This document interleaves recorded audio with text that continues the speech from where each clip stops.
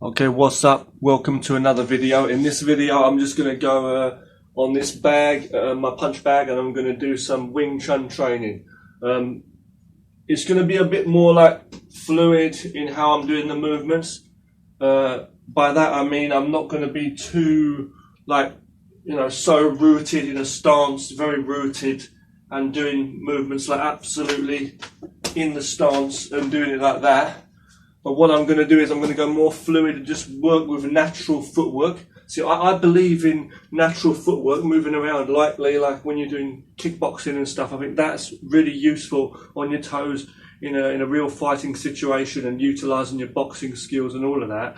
As you know, you'll have seen me training in my videos. But when it comes to Wing Chun, I think it's an amazing system, and it really is so useful for real combat self-defense also. And there are times where you really want to have those flat rooted stances with the knees in, rooted with the feet flat, and utilising the waist and going in and doing specific techniques. So, whenever I do Wing Chun, usually, especially when I'm doing sticky hands, training drills and sparring with people, usually I'll always be rooted. That's what it is. We're going in rooted properly with the skills of Wing Chun, and that's what it's about. But if you see people like Bruce Lee, obviously, and people like Bruce Lee and his followers like Dan Inosanto and people that have done JKD, Jeet Kune Do, people will know that there's a lot of times where they'll be fluid, moving in like light-footed, light flowing movements of different martial arts, and they'll go in and work the Wing Chun techniques in that. So they'll blend up different methods. But I'm not one per se myself. I'm not one to believe that that's the way to go. Like always, just doing Wing Chun techniques for the sake of it, and then having a light-footed maneuver all the time.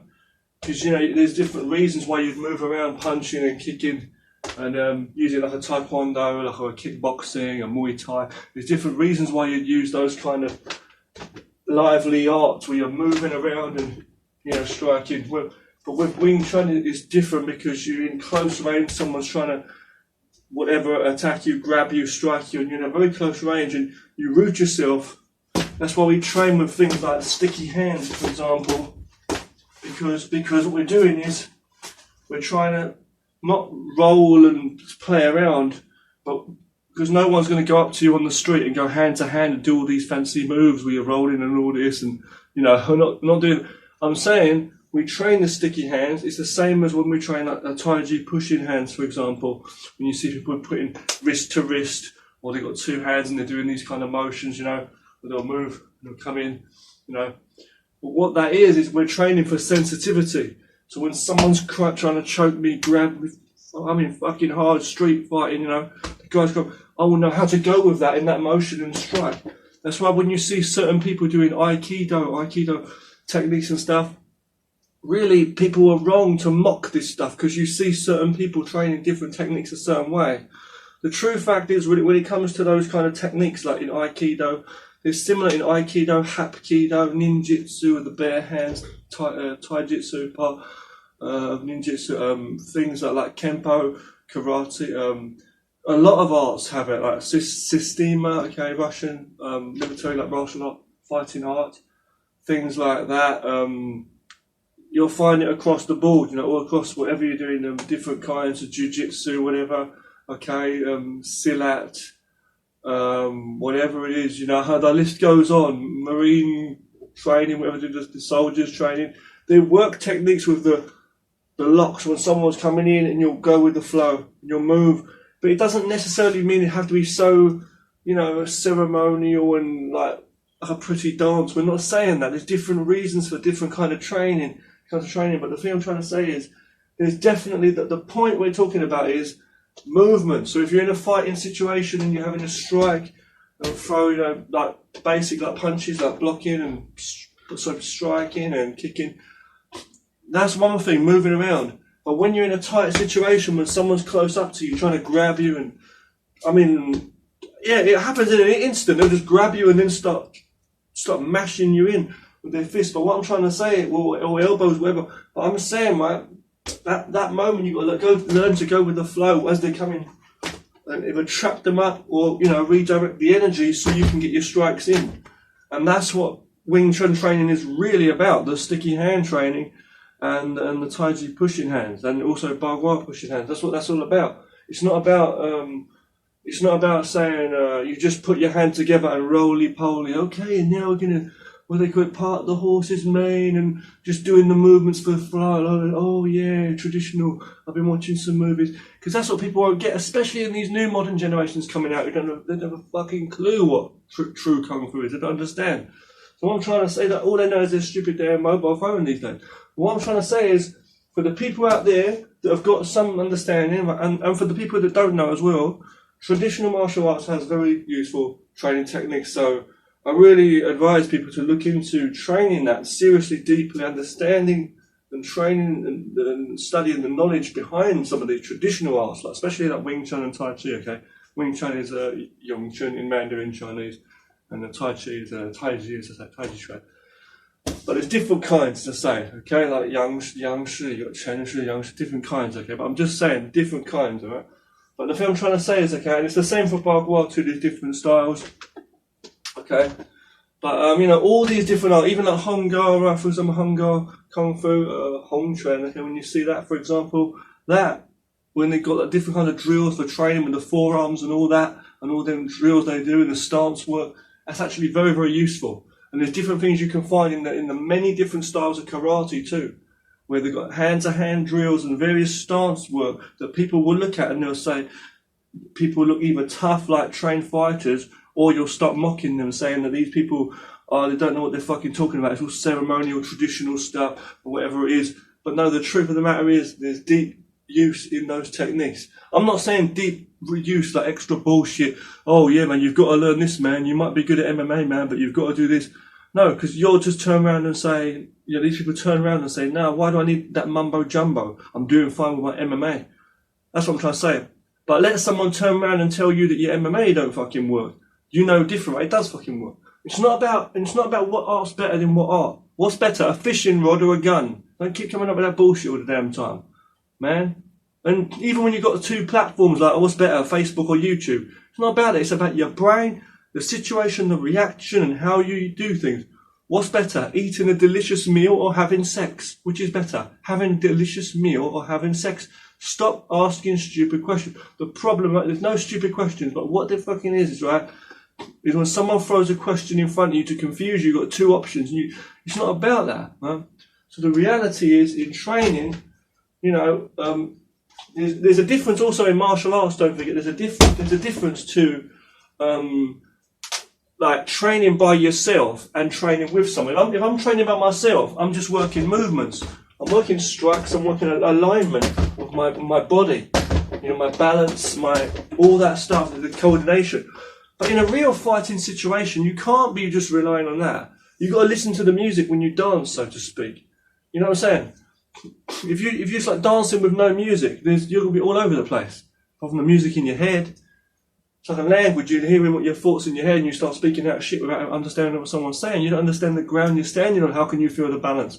So when you fight with someone, when someone's like trying to choke the fuck out of you and your lungs, your fucking breath's going out your throat there, you've got to know how to move with that and get them off you. You know, and if there's an opening, you've got to see if that hand's coming up to your face. You've got to know how to cover. If you want to do it this way, do it this way. I prefer to block. If the hand's out, I'll stop that there and go for my strike.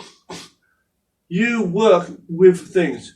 It's not the gun, it's not the key, it's not the fucking hammer or the saw or the whatever tool, the painter's brush, the fucking window wiper. It's how you use it, okay?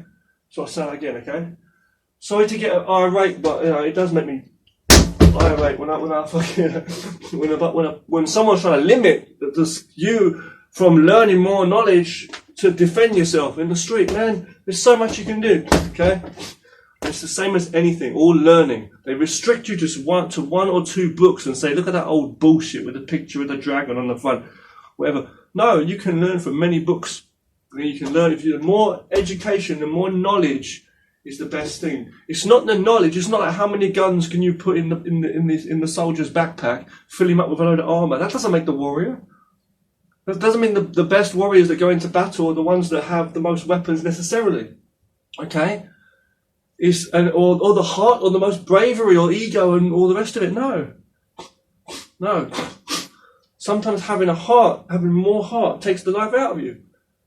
You have goals, you have ideas, ambitions, goals, questions of confusion, all information, so much knowledge that you're not free to actually think. You know, your brain can't even work properly. It's like too much shit on your computer screen, you know what I mean?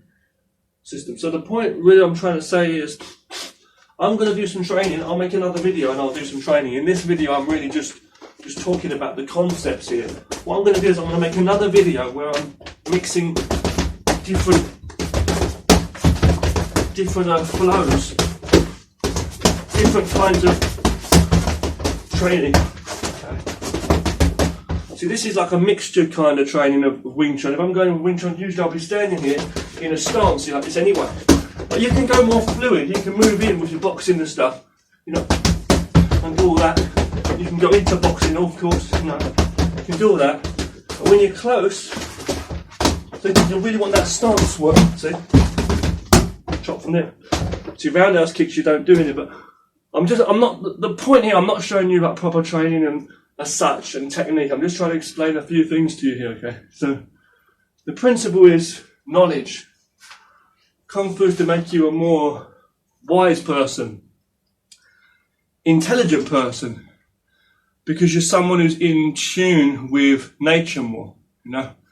So, never limit yourself. If you're going to be a fighter, why the fuck are you going to limit yourself, right? The wise warrior is the one who wins the fight, but the wise one is not the one who's got a mind full of all the knowledge and all the experience and all the books, whether it's, I don't care if it's physical books that he's carrying or in his mind or whatever it is, or on his phone. The thing is, you've got to be free to flow. Like water, you know, trickling off the rocks around the waterfalls and the nature, the streams and that.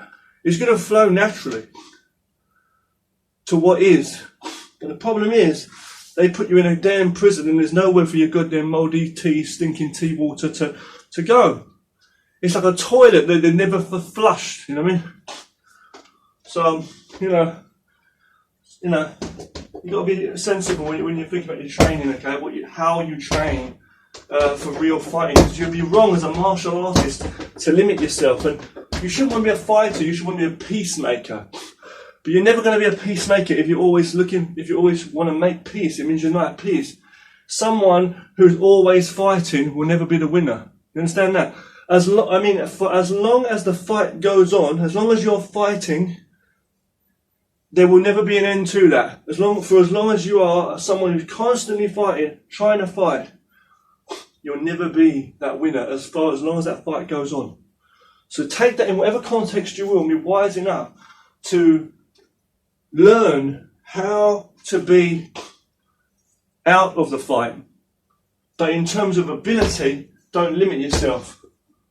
Because what you want to do is you want to learn from everything and absorb. It's how much you absorb. Not as in like, I'm going to take this book, I'm going to take that book, I'm going to take so many books, carry them on my back. No, you take knowledge from everything, constantly being able to be a receiver, like it's channeling through you, but you don't become it, you're always you, and you're a true version of you, and you didn't become a slave to the society like most people are being hosed these days. Okay, so in the next videos to come, I'm going to be doing some good training on this bag, working my boxing, okay, mainly boxing, a bit of kickboxing, some elbows in there, kind of like Muay Thai, it's my own kind of way of doing it, and some Wing Chun training, okay? Okay, that's like my way of training anyway. You do see me do a bit of Tai Chi and karate stuff, but it's like I'm just doing some kickboxing, some Wing Chun. Remember to always stretch and do exercise. It's always very important, okay? Thanks for watching. See you again soon. We're still recording, Emma here.